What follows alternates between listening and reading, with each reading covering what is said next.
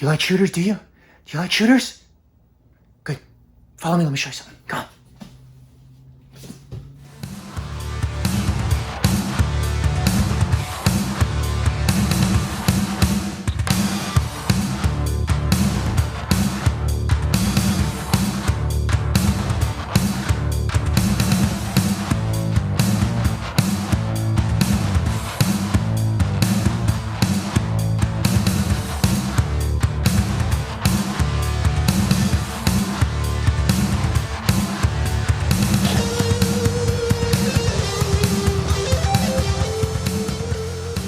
So are you ready to take a hit of the shooter crack pipe together? Because that's exactly what we're going to be doing. You can't talk about the PC Engine Mini without first discussing the mothership in the room. And that's that this bad boy right here was the absolute king of shooters during the 90s. Now, if you haven't figured it out yet, clearly I'm a huge PC Engine geek, right? I grew up with the TurboGrafx. All my buddies had a Genesis, Super Nintendo, and we played the hell out of them. But me, I had the TurboGrafx. I had the PC Engine, and I love and understand these games. And I felt the need to make this review because I don't believe that the existing videos out there right now are doing the Mini justice. You know, they're surface overviews by people who mean well, but they just don't get what made the PC Engine such a unique console. You know, some of the view is great. You get to see the menus and all those other things, but you don't really get the inside scoop. You don't get, is this system for me? Are these games the kind of games that I like?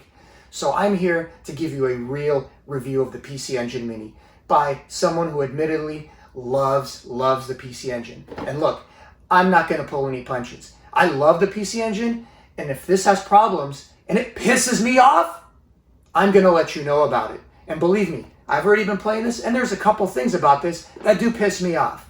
But you know what? Overall, it's a great package. Is the right package for you? Is it the right package for you? You're gonna find out if you keep watching this video.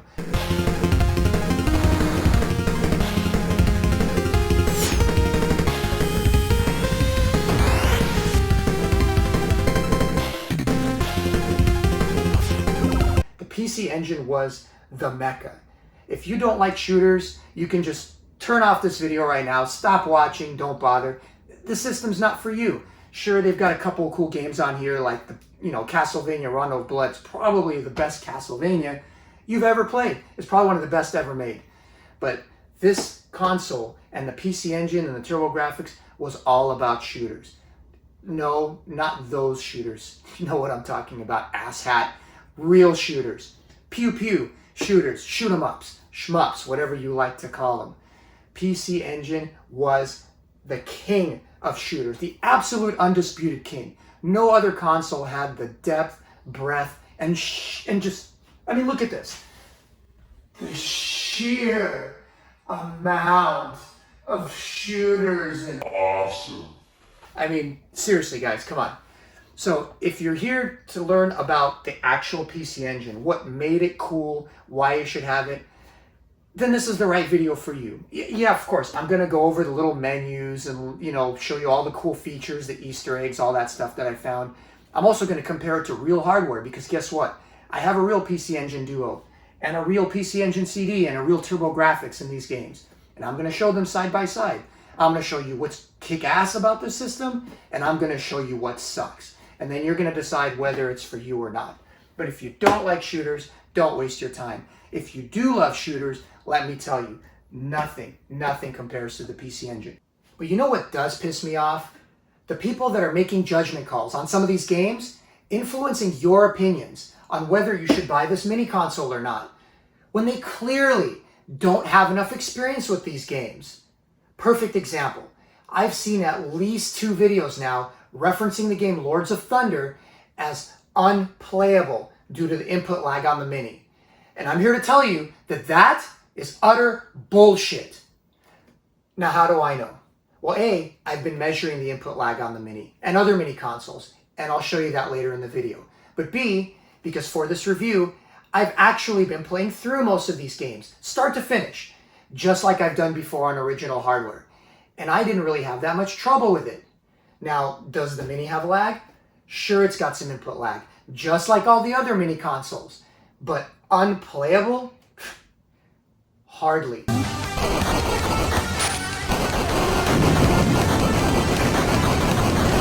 If it's unplayable, it's because you need practice. So play the game some more, enjoy yourself, get good, and stop blaming your suckitude on the console.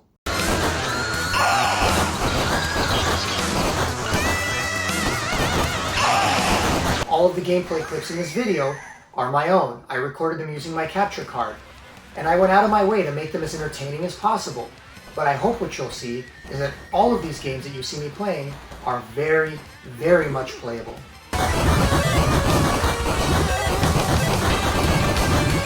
Now before I dive into this review, I got a quick bone to pick, so you know where I'm coming from. It's a small miracle that this Mini even exists, and I am super thankful for that.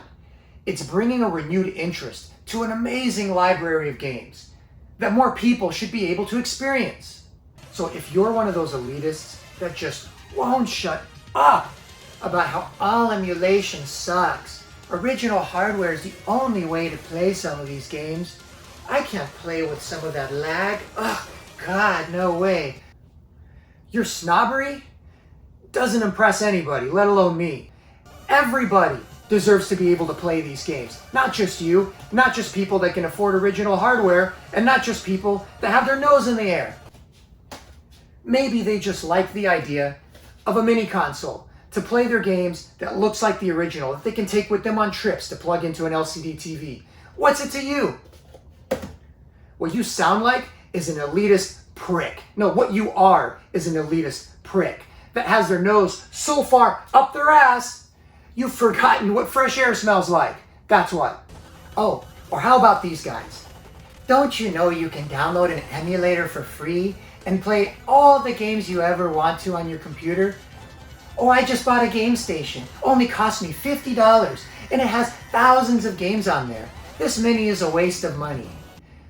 Oh yes, please, please enlighten us with your infinite wisdom and commentary. The same tired old shtick that literally everyone on the internet has heard 1,000 times before. Everyone and their bald-headed granny. You don't sound smart. You sound like a douchebag. So look, I have every opportunity to turn my nose up in the air and only play on original hardware. After all, on the wall behind me is every single PC Engine shooter ever released, like over 100 of them. And yet, I can't stop talking about this Mini. When I was a kid, I used to ride my bike to the import store every weekend, rent a new shooter, bring it home, beat it, and then return it, because I couldn't always afford to play some of these games. And that's what this Mini represents. It's an opportunity for a new generation of people to try games that they otherwise have never even heard of or played. The PC Engine Mini is like a shooter gateway drug for a whole new generation of gamers that have never heard of these games, never seen these games, and finally have an opportunity to play them. There's 57 games on the Mini, and 20 of them are shooters. That's over a third of the games. And that's not including all of the Easter eggs that M2 included on there, the arcade versions of various games. That's not including the really, really cool special caravan modes that M2 included for some of these games. And to be honest, I'm actually really surprised that not a single video that I've watched has even mentioned these yet, because caravan competition modes were an integral part of the PC Engine experience. They're incredibly fun or addicting, and it's something we're going to talk about. So let's really talk about the PC Engine Mini. Are you ready to take a hit of the shooter crackpipe, thinking maybe, just maybe, you might be a shmup junkie? If so, let's get started. So before we get into the games, let's take a quick look at the menu and features. First thing you'll notice right off the bat is how much love M2 poured into this interface. And honestly, I gotta give it to M2 on this one, guys. They knocked it out of the park. Knocked it out of the park. You've got all three consoles represented here with a different GUI for each one. PC Engine, CoreGrafx, and TurboGrafx 16. You got little PC Engines walking around for color. If you thought M2 did a nice job on the Genesis Mini GUI, this blows it away. Everything just feels nostalgic and authentic. it gets you in the mood for playing these games. Here's an example. If you select a hue card game, it'll insert the actual card and start playing the game. You see it happen. If you select a Super CD game or an arcade card game or an old original TurboGrafx CD game, you'll see it spin up the disc and start playing it, all using the correct console, the correct region. It looks the way it's supposed to. It even uses the correct card that you would have had to use at the time if you wanted to play that game, whether it's a PC Engine CD or a TurboGrafx 16 CD or an arcade card game. Everything is just right on the money. And it's all these little touches that make this interface a real winner. It's really special, guys. And aside from the games, the interface here is one of my favorite things about this Mini. It's really fantastic. Hats off to M2. They absolutely blew me away with this one. Great job. And as far as settings go, if you're familiar with the Genesis Mini, which M2 also did, by the way, then this should be pretty familiar. You can go to the wallpapers page to change between different backgrounds. You can go to the menu design page if you want to change what the GUI looks like between PC Engine and CoreGrafx. So that's pretty cool. The display settings are pretty much what you're used to for the most part. You've got your typical aspect ratios. You can play in 4:3, pixel perfect, widescreen, etc. And then you have this cool little homage to the Turbo Express all the way on the right, where when you pick it, it looks like you're playing the game on the little portable. So that's pretty neat. Again, it's these little touches by M2 that shows they really cared, right, and wanted to put things in for the fans. Before we move on, I gotta talk about this. This is important because this is one of the things that does piss me off. And as far as I'm concerned, it is something important. The CRT filter that gives you that simulated scanline look, you press run to enable it and disable it here in the display settings. To be honest, guys, it sucks. It is absolute garbage, just like it was on the Genesis Mini. It sucked there and it sucks here. I mean, here you've got this classic console, right? That's supposed to simulate playing the original hardware. And a big part of that, at least for me and a lot of other people I'm sure, are the scan lines. The games were just designed to be seen that way. So you'd think you gotta put some effort into being able to mask it so you don't have to just look at all these jagged edges so it looks the way it was meant to look when you played it. You know, there are emulators out there right now, TurboGrafx emulators, that already do this. And they do a decent job of it, right? It's out there. So what do you go and do? You slap the same bullshit filter that you used on the Genesis Mini that also was garbage and that everybody gave you shit for. It looks like someone took Vaseline and smeared it all over the goddamn TV screen. It's blurry, it's dark, it's garbage. It looks like the mangled RF input from a beat up Lucky Gold Star that I found laying in the dumpster. No offense to the Gold Star. I'm really hoping once we get some hacks like they did with Project Lunar on the Genesis Mini, we'll get a better filter, right? I'm almost counting on it. But for now, stay away from this filter. It sucks balls. That's all there is to it. Just don't use it. I'm done. Moving on. All right, so after ripping into something that clearly pissed me off, I gotta segue and talk about something that I think is really cool. And actually, that has to do with the controller length. I will talk about the pad later. It's a decent pad. It's not great. I got a few bones to pick. But I'll talk about the D-pad and how it feels compared to a real PC Engine controller, because I do have a few things to say about it. But right now, I just wanted to mention this cord. The Sega Genesis Mini already came with a decent cord. It was about 7-8 feet long, a lot better than the other mini consoles. But this thing, holy hell, it's a beast. I measured it at, I think somewhere between 9 and 10 feet long. It is absolutely massive. Did you hear that hit the ground? Literally, this thing needs its own jock strap. It's ridiculous. Honestly, I think maybe someone at Konami, when they were putting this together, they were either had some inadequacy issues, or maybe they just got finished watching some tentacle porn the other night. Whatever it is, this thing is absolutely massive. I'm not going to complain about it. I just hope you have some zip ties or something to keep it together when you're not using it, because it gets all over the place. Again, really cool. Just something I want to bring up. Super long cord. No complaints there.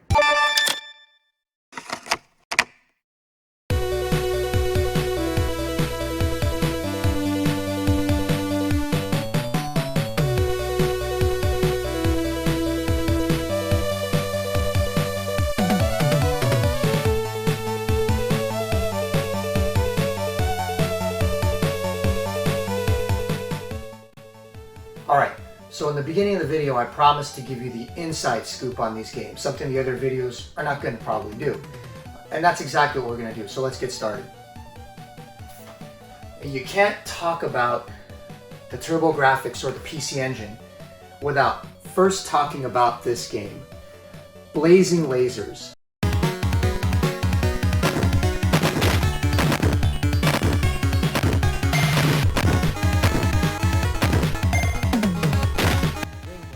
This was the game that if you owned a TurboGrafx or a PC Engine at the time, you owned this game. You played this game. No, you played the hell out of this game. It was the first shooter that blew us away coming from the previous generation, the NES and the Sega Master System. And boy, was it a huge step up. Everything about this game is fantastic, and really what you need to know is this game was developed by Compile, legendary developer Compile, of shooters at least anyway. Musha is an example. They did that game on the Genesis Mega Drive. Again, this game, is it perfect? No, it's not perfect, but it was the perfect game for the time. It was a great starter shooter. Everything about it was just done so well. The graphics are fantastic. The chip tunes are just so good. The music was a step above, anything that we've ever heard before.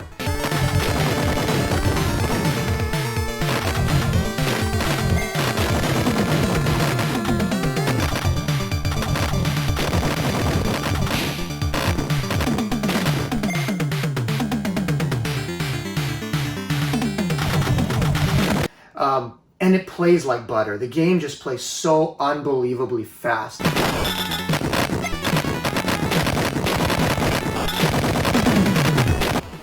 It starts out a little bit slow.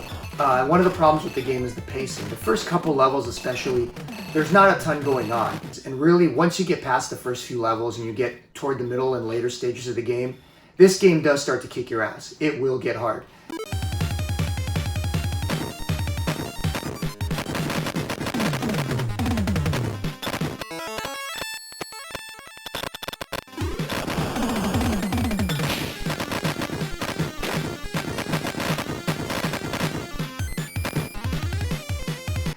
So don't think it's a pushover, but it's perfect because it slowly works you in and teaches you how to play.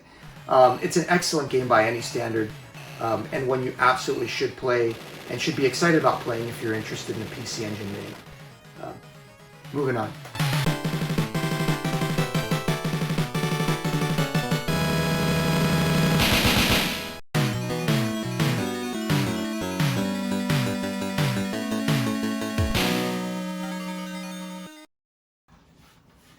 So the next game we're going to talk about is a game that you absolutely know and have heard of because, to be honest, it's literally one of the greatest shooters of all time, undisputable.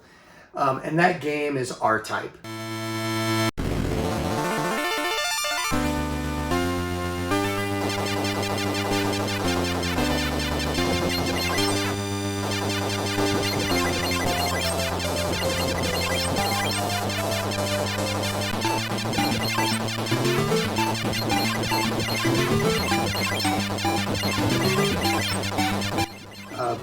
If you're not familiar, the PC Engine and the TurboGrafx had the first near arcade perfect port of this game for any home console at the time. And again, it was really mind-blowing because there was no other system that could ever do this game justice, the arcade version justice, until this version came out. And it was a real system seller. What's good about R-Type? The answer is everything. What's not good about R-Type? It's literally, you don't want to use the word legendary or seminal. It influenced almost everything after it. It's kind of like the Star Wars of shooters. The design of the levels are unbelievably cool. You look at the Dopkeratops, who's the first boss of the, first level.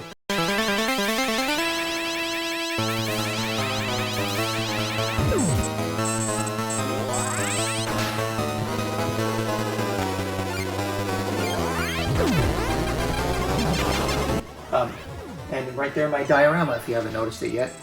And it's been copied and copied since. The game mechanics with the Force Pod have been copied innumerable times since this game came out. The music in this game is to die for.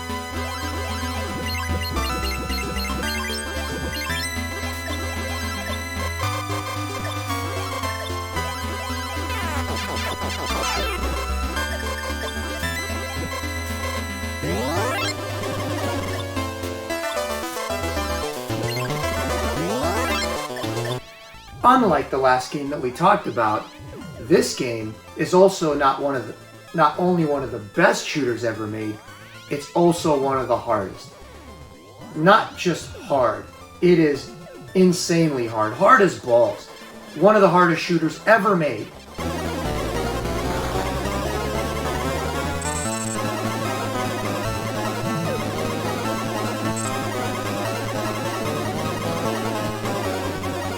You know, some games are just so hard and they're frustrating and you give up and you just don't want to touch them anymore. This is the opposite. It's so well made and it's so fun to play that you just keep coming back to it. It keeps kicking your ass and you keep coming back for more. It's like, thank you, sir, may I have another? Thank you, sir, may I have another? Unless you are an absolute shooter aficionado and have a lot of time on your hands, you won't be beating this game anytime soon the first time you play. But you will absolutely love it.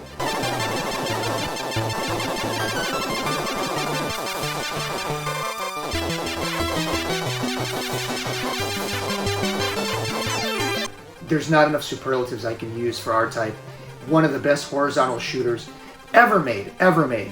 And another incredible reason to own a PC Engine Mini, another great shooter on the system.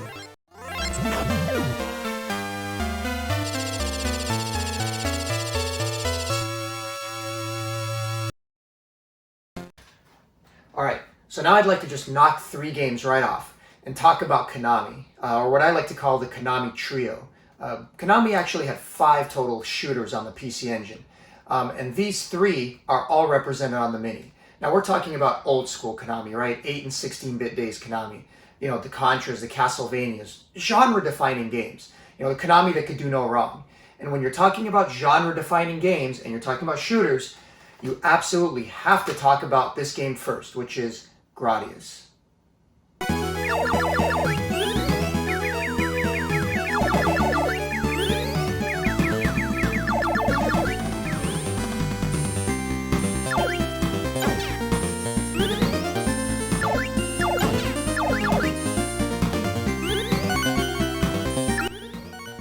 What's so special about the original Gradius? Well, it's the classic that just about every other shooter copied going forward. It's kind of like the original Castlevania, right? Excellent game, really fun. Is it the best Castlevania? No, probably not. Konami improved upon the formula, and so it is with the original Gradius. This game is just a good, fun game. It introduced the dynamic power-up system, which was the first at the time and a really novel concept. But at the end of the day, is the game fun? And the answer is yes, absolutely it is fun. The music, again, is sensational. That opening chip tune that's been ingrained in everyone's mind at the beginning of every Gradius game started here.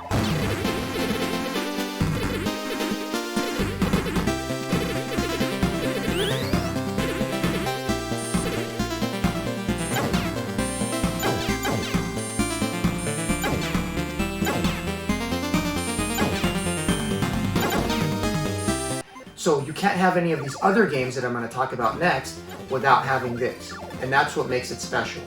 And again, it's a really fun game. It's not overly long, you know, the bosses are pretty much the same from level to level, but that's not what it's about. It's the very first that started a legendary series, and it's really cool that Konami included it on this collection. One other thing I did want to mention, by the way, before I move on, and that is that M2 saw fit to include the arcade version of this game on the Mini as well. It's really cool.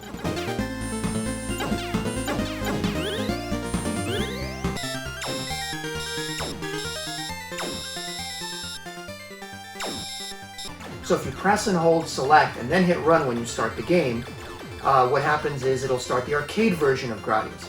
And it's really cool to play them back to back and compare them and see what the differences are. You know, what the PC Engine version improved upon a little bit because it came out later. You know, they remixed the music a little bit, they improved the graphics.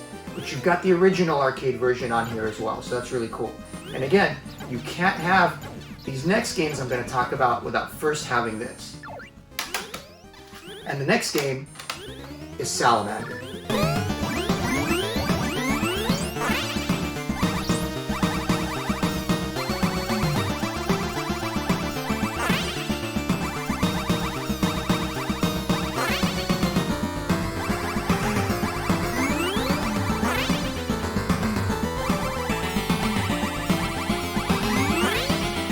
There are differences between this and the base Gradius games. One of them, and it's a pretty big difference, is that this game is both a horizontal and a vertical shooter. So the first level, really cool and really creative.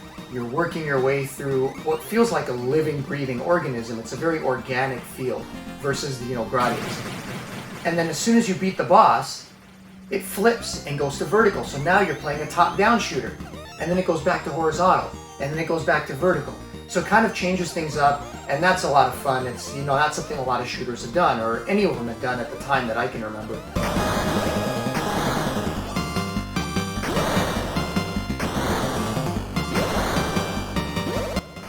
So some of you might recognize this and go, wait a minute, that's Life Force. And you'd be absolutely right. It was released as Life Force on the 8-bit NES, before it ever came out on the PC Engine. But no matter how you play it, this game is absolutely cool. It's the next evolution in the Gradius series, even though it was a spin-off of the Gradius series. It came out later, so Konami upped the graphics. They upped the ante with the sound. The levels are more creative. The bosses are all over the place. Definitely much more interesting than the generic bosses in the original Gradius.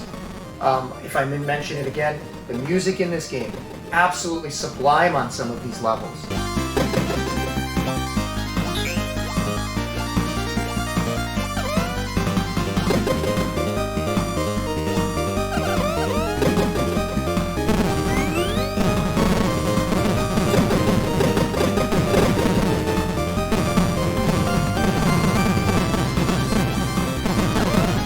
So just like the original Gradius, M2 also saw fit to include the original arcade version of this game on the Mini as well.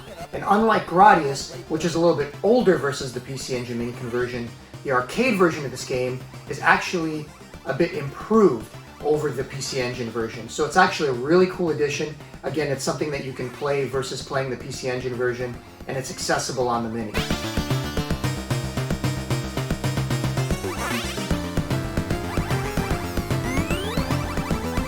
One last thing that I wanted to mention before I move on, and this is extremely important by the way, so please, if you pay attention to anything, pay attention to this. Salamander is not on the PC Engine Mini, on the Japanese white version of the PC Engine Mini console. If you want to play Salamander, you have to get either the TurboGrafx 16 Mini or the CoreGrafx Mini. It is on both of these consoles, but it is not on the PC Engine Mini. It is not on this console. Now, why Konami decided not to include such an incredibly cool shooter on the PC Engine Mini is absolutely beyond me. Why they would pull it off of here and put it on those just because they have a couple of other Japanese text-heavy games on here. It's a HuCard game. It's not very large. I'm positive they could have fit it on there. And maybe we'll find out that there's some Easter egg and it's actually on here and nobody's found out how to get it yet. But as of now, if you want to play this, you can't play it on the PC Engine Mini. Get the CoreGrafx Mini or the TurboGrafx 16 Mini.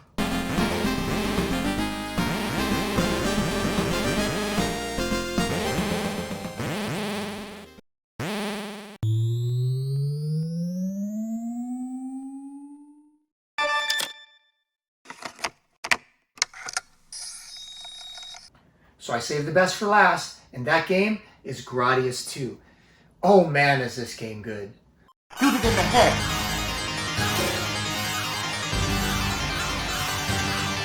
Konami starts this game off with a bang. Immediately they throw you into the first level with flaming suns and giant fire dragons.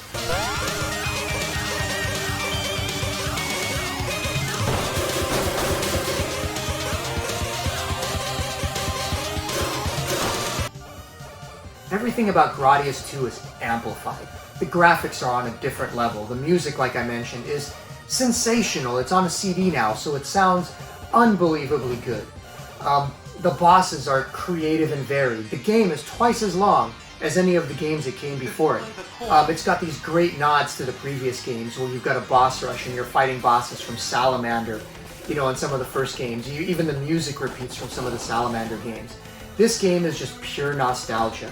Everything about it is great. Great graphics, great sound, super fun to play, creative and varied levels, pretty long.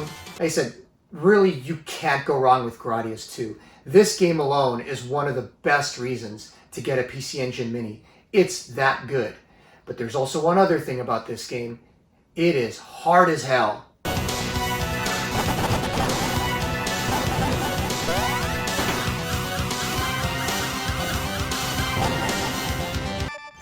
Now, it's not crazy hard from the very beginning. It definitely gives you a chance to learn, but not that much of a chance. Once you get toward the latter half of this game, be prepared to get good. And I mean really good.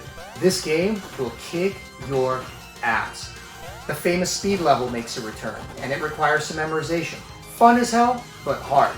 The final level in this game, it will seem impossible at first. You'll be thinking, how can anyone possibly play this game? But it's doable once you practice and once you learn. The final spider boss, the famous walker, sadistic. And you know what? It doesn't matter. This game is A to Z awesome. It is great. It is fantastic. There's not enough superlatives I can use to describe it. You just have to play it. If it's really hard for you, use save states, but try to enjoy it. Destroy the core. So the 3 games I've been talking about, all excellent by the way, all great games. Gradius 2 is absolutely not to be missed. A very, very good reason to get a PC Engine Mini.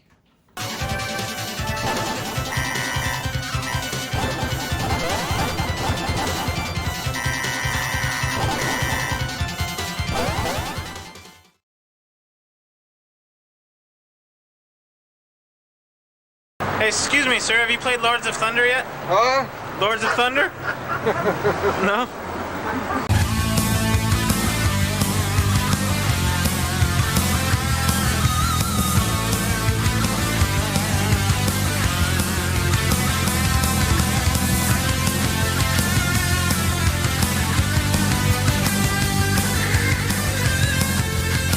Yeah, I think I would buy it. I mean, like, I already have Sega, but I would trade it in for this.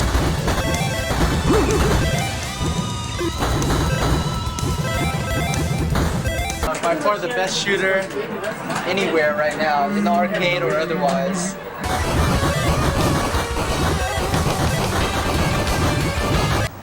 What do you like about Lords of Thunder? Lyrics. The lyrics? Huh?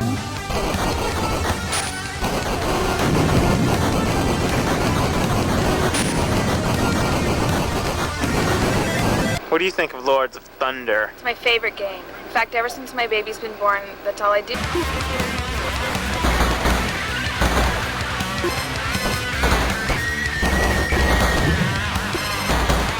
All of us in and out love Lords of Thunder.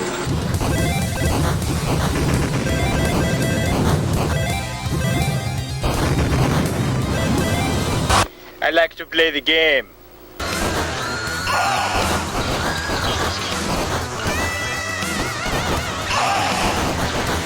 Music is much like concerts I go to when standing in the front row.